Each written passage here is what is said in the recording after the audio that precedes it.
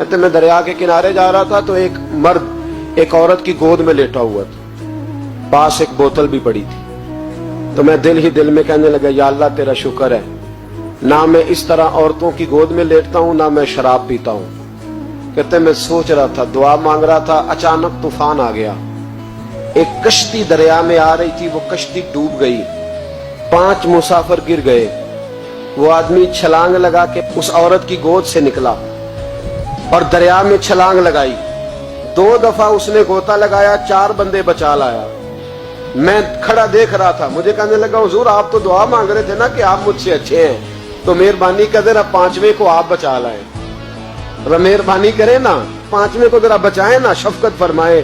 تو خواجہ حسن بصری رحمۃ اللہ علیہ فرماتے میں نے اس کو کہا کہ بھائی مجھے تو تیرنا نہیں آتا، بچائے گا تو ہی، مہربانی کر بچا لا۔ کہتے وہ چھلانگ لگا کے اندر گیا اور 5ویں کو بھی بچا لایا، اور آ کے مجھے کہنے لگا حضور آپ نے ایک زیادتی کی، مجھے حقیر جانا، میں تو آپ سے فیض لینا چاہتا تھا اور آپ نے مجھے بدکار اور شرابی سمجھ لیا۔ حضرت حسن بصری کہتے میں بولا نہیں، لیکن اس شخص کا نور بصیرت دیکھو، کہنے لگا حضور جس کی گود میں لیٹا ہوں پوچھ تو لینا تھا میری کیا لگتی ہے، اور بوتل میں پوچھ تو لینا تھا ہے کیا۔ فرمایا بتا دے، کہنے لگا جس کی گود میں لیٹا ہوں یہ غیر نہیں، یہ میری ماں ہے، اور بوتل میں میں سرکہ لایا ہوں، میری ماں نے میری تربیت کی ہے، میں صبح سے شام تک دریا کے کنارے بیٹھا رہتا ہوں، جو مسافر اترتا ہے میں نوکری کرتا ہوں،